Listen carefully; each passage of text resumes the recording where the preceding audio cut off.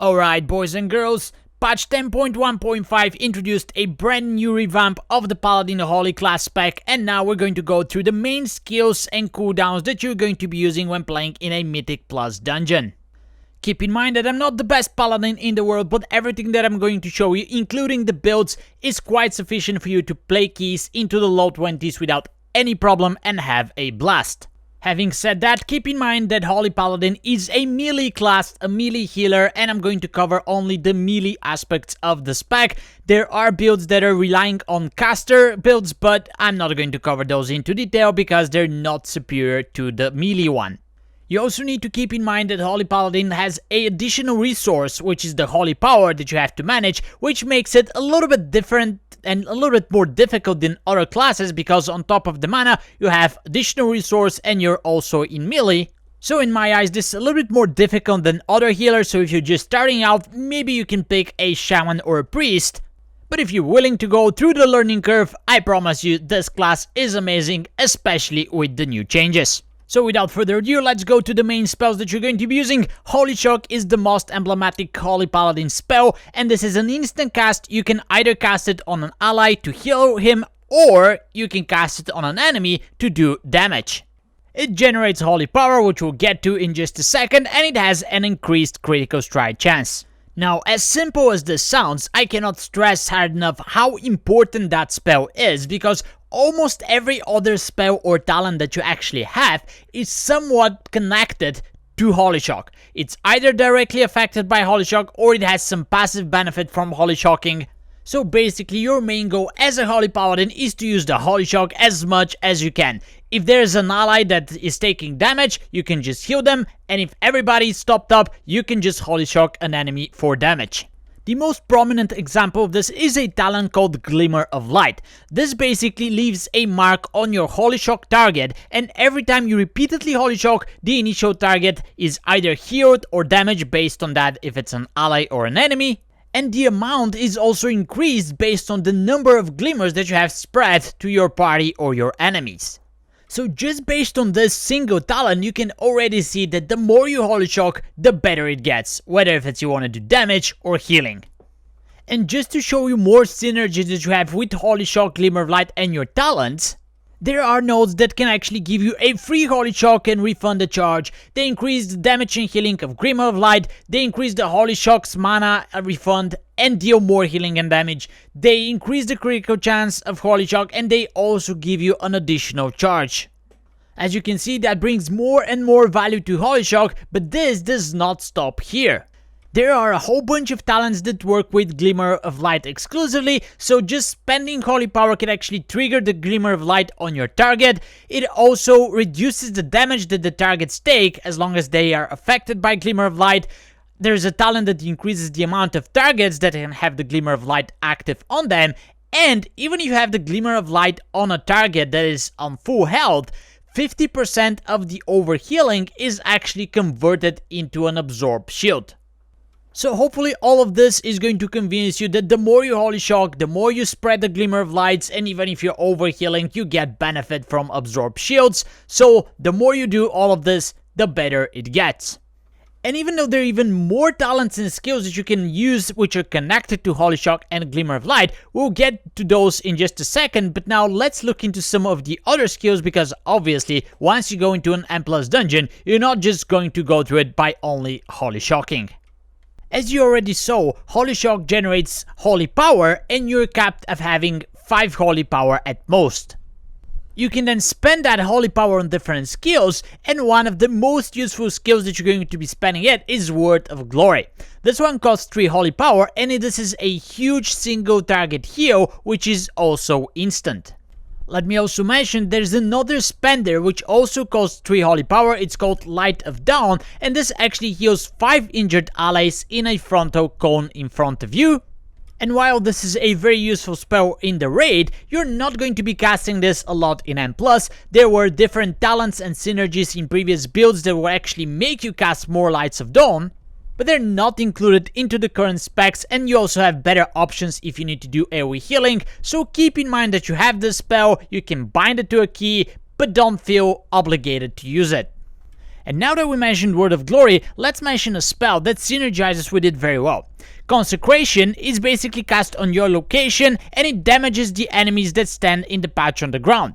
However, there is a talent called Strength and Conviction, which makes it so your Word of Glory heals for 20% more as long as you stay inside of your consecration.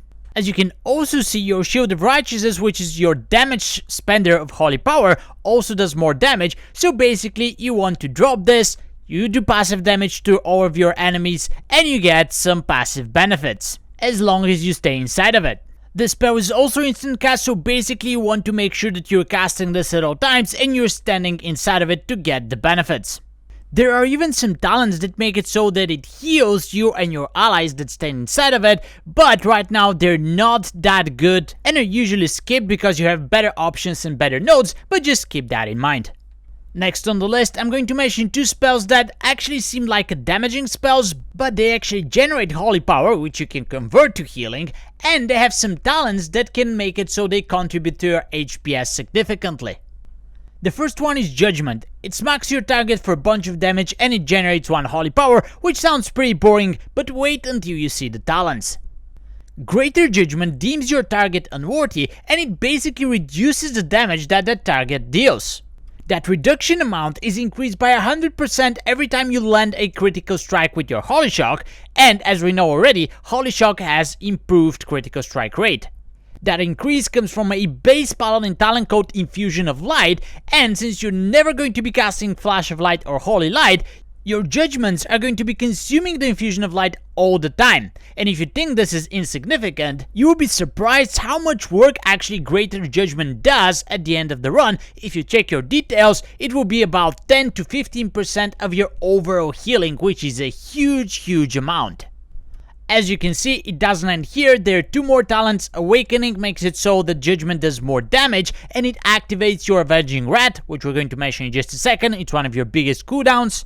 And it can also cast a Consecration at your target's location. Keep in mind that Consecration is limited to 1 at a time, but that limit does not apply to the Consecrations cast by the Judgment, so if you're lucky enough, you can actually get 2, 3 or even 4 Consecrations sticking at the same time. So this is basically a free damage going out just by you casting Judgment. It is also worth mentioning that Judgment is a ranged skill, so you can cast it from afar, which is not true for Crusader Strike, which is your melee strike, which smacks the target for a bunch of damage, and this time it generates 2 holy power instead of 1. That's based on the Holy Infusion talent, and if you have the Crusader's Reprieve, it's also going to heal you for a small amount, which is another synergy between your skills and your talents. And before we go to your main rotation, let me mention a spell that is actually a damaging spell. It's a holy power spender, it's called Shield of the Righteous, it costs 3 holy power, and it damages everybody in front of you, also increasing your armor. I'm mentioning this because, as we already mentioned, you are capped at 5 holy power at most, so if you use all of your holy power generating abilities and you end up with 4 or 5 holy power, and there's nobody to heal with Word of Glory, then you can press your Shield of Righteous to do some damage, and keep in mind that this spell is actually off the global cooldown, so it's off the GCD and you can press it while pressing other buttons, it's not going to slow you down. Let's also mention Hammer of Wrath. This is your execute, it's only castable on enemies below 20% health and it does damage. It also generates holy power, so basically if your enemy is low and you need holy power, you can press that button. It is also available during Avenging Wrath, so if you need extra holy power, that's the way to go. But keep in mind that there are some talents that synergize with this skill, but they're not that good at this moment. I'll mention them at the end, but right now, let's just keep in mind that this is another holy power generating ability and leave it there. So, a lot of information so far, but let's tie everything together into a simple rotation that you can use, and after that we can add more skills and cooldowns to the mix. As you run to the boss or to the pack, start with Consecration. This is going to do some passive damage, and as we mentioned, it's also going to increase your healing from Word of Glory, which is your main source of healing later on. Then you want to Holy Shock immediately. If there's nobody taking damage, you can Holy Shock for damage, or if your, let's say, tank or your allies are taking some damage, you can heal them with the Holy Shocks. This also spreads your Glimmer of Light, which brings all the benefits that we already mentioned. Your talents make it so that your Holy Shocks have 2 charges, so you want to spend them immediately and preferably to as many different targets as possible, no matter if they're friendly or enemies. After that, you want to cast your Judgment, because believe it or not, Greater Judgment is going to bring you a lot of value and a lot of healing at the end of the dungeon. And it also generates Holy Power, it does damage, so definitely keep that on cooldown at all times. If your both Holy Shocks and Judgments are on cooldown, you can keep generating Holy Power. If Hammerwrath is available, you can cast that, or you can cast Crusader Strike, which also generates 2 Holy Power instead of 1. And at the end of the day, of course, you have to spend the Holy Power. If you need to heal somebody, you cast Word of Glory, and if you're capping your Holy Power, you have 4 or 5 stacks of it, and there's nothing to heal, you can just spend it on Shield of the Righteous, which again is off the GCD, so it's not going to slow you down pressing that button. And before we go to the main cooldowns, there are a couple of more skills that we need to mention, which are basically part of your main rotation. Holy Prism is a spell that you cast pretty much as a Holy Shock, either on a friendly or hostile target. Leaving the damage part aside, the TLDR here is if you want to do a small AoE heal to everybody in your party, you cast it to an enemy, and if you want to do bigger single target heal, then you aim it at a teammate.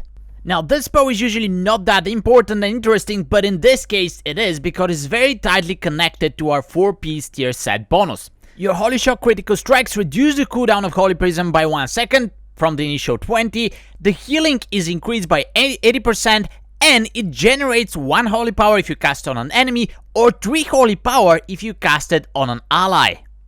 This brings up the value of Holy Prism significantly, so you basically need to cast it on cooldown as well.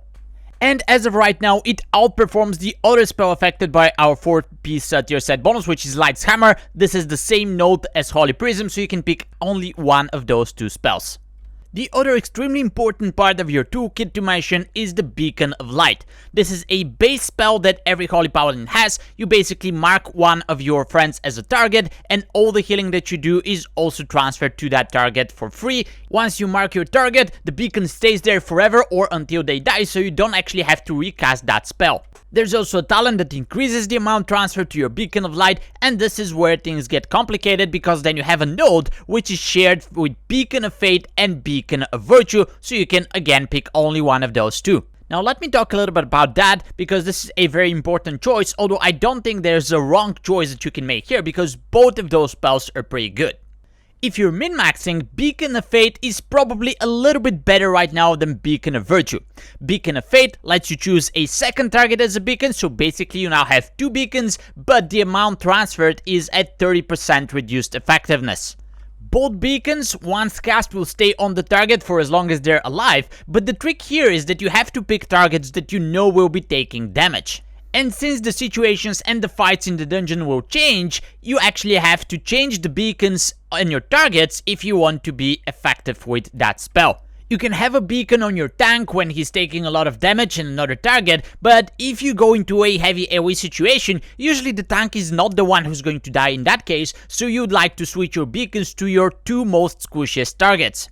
Or you can just keep it on the 2 squishiest targets and count on the fact that tank is supposed to never die. But generally, this talent is a little bit easier to play with, because once you cast the beacons, you forget about them and you just get the value from healing beamed into the beacons. At the same time, if you opt for Beacon of Virtue, now you have to cast this every 15 seconds and it affects 5 targets, but only for 8 seconds, and the affected allies will only be healed for 25% of the amount of your other healing that you're doing. This spell was superior, but right now it lost a little bit of value because they changed the way it works. However, it's still pretty good, and I love the fact that every 15 seconds you can basically top your whole party by just casting the skill. Assuming that you're at full Holy Power, you can cast the Beacon, Word of Glory, Holy Shock, Word of Glory again, Holy Prism to a single target to get 3 Holy Power, and then Word of Glory again, which basically means that everybody is going to be at full health. Compared to the other beacons, you have to keep casting the Beacon of Virtue, which I guess is a negative. And it also has a 30-yard range, which means if you have a hunter standing in Narnia, they're not going to get a beacon on them, so they're not going to get passive healing from the Beacon of Virtue. Although in that case, you can actually target them, heal them, and the healing to them is going to be duplicated to your other beacons. And now the big question is, which one of the 2 spells to choose? I would recommend try both, see how they feel, and pick the one that you like best.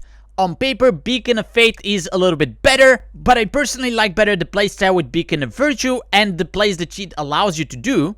So again, I don't think there's a wrong choice here, it's just more of a personal preference and the playstyle that you want to embrace.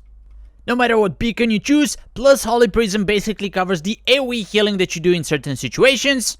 And now let's cover some of the main CDs that you're gonna be using in your M+ runs. Undoubtedly, number 1 in the list is Blessing of Sacrifice. Now this is a skill that you're not going to see in the damage meters, but it's going to make your life and healing much easier in M+ if you use it extensively. There's a talent that reduces the cooldown of the spell to 1 minute, and it basically reduces the damage your target takes for the total of 20 seconds once you cast it. Just to put that into perspective, if you cast it on your tank on cooldown, 1/3 of the dungeon they're going to be taking less damage. This is huge, and by far this is the best external cooldown in the game, so make sure you use it as much as you can. The easiest thing to do is to throw it at your tank when the pool begins, or if you know that you have a squishy target and a hard boss mechanic coming up, you can just save it for some of your teammates. Next on the list is Holy Shock on steroids, or in other words, Divine Toe. This one is going to cast 5 Holy Shocks to 5 targets, and whether if it's a damaging or a healing Holy Shock is dependent on your primary target that you cast the spell on. There's also a talent that reduces the cooldown to this spell to 45 seconds. This makes that spell extremely powerful because if you cast it on a friendly target, not only is it going to heal everybody in your party, but it's also going to put Glimmer of Light on all of your targets. And speaking of Glimmer of Light, check how awesome this is. Daybreak is 1 minute cooldown skill that absorbs your active Glimmer of Lights and triggers their effect at 200% value. Not only that, but then the next 3 Holy Shocks that you cast are going to cast 2 additional times, and keep in mind that this gives you a Holy Power stack for every cast. So this is another extremely powerful cooldown that you have at your disposal, and the more value you get from it, the more you spread Glimmer of Lights. You actually get value even if you don't have Glimmer of Light spread, but then you're wasting a little bit of healing that you could have done, but you always get the extra Holy Shock cast and the extra Holy Power from them. And now, considering how short those cooldowns are, you can see how powerful the Paladin class actually is. So you can cast Divine Toe, which is basically going to top your Holy Power, then you spend that Holy Power, in the meantime everybody has Glimmer of Light on them, so you can then pop Daybreak for its full potential because everybody has Glimmer on them, and then you can easily top your Holy Power again by spamming those extra empowered Holy Shocks. And since spending Holy Power takes a little bit of time and you might be casting some other skills in between, the Beacon of Virtue, Judgment, whatever, by the time you're done with this rotation, it's quite possible that at this point Divine Toe is back and you can start all over again.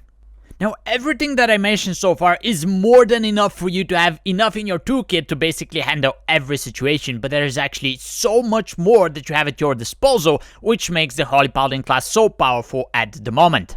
Hand of Divinity is 1.5 minute cooldown, which basically is a short cast, makes your next 2 Holy Lights instant cast, they heal for more, and if you combine that with the Resplendent Light talent, it is actually going to cleave a little bit to your nearby targets as well. This is quite a nice cooldown to have, especially if you're stuck in a situation where you're at range or there's nothing to hit, so you can just cast that and then spam your Holy Lights for free. But it also synergizes quite well with another short cooldown talent that you have called Tears Deliverance. Another minute and a half cooldown after a short cast, you start doing passive healing to your allies nearby, and they also receive increased healing from your Holy Shock and Holy Light. Now there's another talent which extends the duration of Tears Deliverance based on the spells that you cast on your targets, and Holy Light gives the most extension. So basically, if you combine this with the Hand of Divinity, you're going to get to the maximum allowed extended time pretty quickly without having to worry about it. And finally we get to the Avenging Rat, or the wings that you can pop as a Holy Paladin. For the longest time, people would consider that Holy Paladin is unable to heal unless you have wings up, but as you see, we have so many cooldowns right now that wings is almost unneeded, right? However, we have this at our disposal every 2 minutes. We become this Light Sand Ascendant, which basically does more healing, more damage, has increased critical chance. It also allows you to cast Hammer of Wrath on any target, no matter what health percentage they're at. and you even get wings for free for 12 seconds based on the awakening talent that I showed you earlier, which is activated automatically the more holy power you spend. You're also running Devotion Aura, which reduces the damage taken by everybody in your party by 3%, and every 3 minutes you can pop Aura Mastery, which empowers that effect, and everybody takes 20% less damage for 8 seconds.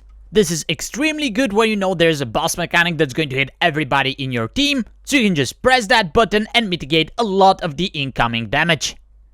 And just to add more buttons to the mix, you have Lay on Hands, which is this long cooldown big heal that you can use to save everybody from basically every situation. You can use that 2 to 3 times per dungeon. You have Divine Shield, which is your personal bubble. It makes you immune to all kinds of effects, so you can mitigate mechanics and survive unsurvivable situations. And then you have Blessing of Protection and Blessing of Freedom that you can cast on your allies, and they actually mitigate some of the hard boss mechanics in some of the dungeons, so they're more niche situation usages, but they're pretty good in many situations. And before we go to the talents, let's summarize the cooldowns that you'll be using. So always use your beacons no matter which one you picked, Beacon of Fate or Beacon of Virtue. Then use Blessing of Sacrifice on cooldown because it's just too good not to use. And then you can rotate Divine Toe and Daybreak to do huge amounts of healing and generate huge amounts of holy power. In between, or when the situation demands it, you can combine your Thirst Deliverance and Hand of Divinity to do some huge amounts of healing, or just pop your wings. Don't forget to do that because that's still way too powerful of a cooldown. All of these have a relatively short cooldown, so make sure you're using them as much as possible so you can get the most value out of them. And then you have 5 extra buttons for really bad situation. You should pop Aura Mastery as much as you can as well because it's a 3-minute cooldown, and then the rest will be your saving grace when things go really south. And last but not least, let's see how all of that fits into the talent tree. You can get the spec that you see on your screens right now into the description of this video. And there are a few things to mention here. So first, you can get Barrier of Fate instead of Reclamation. You can get Avenging Crusader instead of Avenging Rat Might. You can try the Veneration talent, and you can also get Merciful Auras instead of Blessing of Summer. All of these though present a little bit of different playstyle and are not necessarily better than what you see on your screen right now. The one thing that I didn't mention is the Blessing of Seasons. This is basically a node and a blessing that you cast on somebody in your party, and it changes every 45 seconds, granting different benefits, so you have to keep rotating your targets and make some educated decisions. I will cover the usage of that in a separate video as it's a little bit advanced and more complicated. Instead, if you don't want to play with this, you can pick the other option in that node. It's called Merciful Auras, and it basically provides passive healing to your party. So it's quite easy to use and you're guaranteed that you get benefit out of it. So that's pretty much all for the Holy Paladin in patch 10.1.5. It feels pretty good, it plays pretty good, and keep in mind that many of the things I said might change because everything is brand new and people might figure out better specs and better talents to use in the future. I would be surprised if we also see some nerfs or some adjustments that are going to change the way we play and the talents that we use, but keep an eye on this channel, stay subscribed for more advanced tips and videos to keep up with the Holy Paladin changes that are probably going to come in the next few weeks. I hope this was helpful to you. Let me know what you think about this guide in the comments below. Did I miss something? Can you do something better? And what are your thoughts on the Holy Paladin rework in general? Thanks for watching, take care, and see you soon.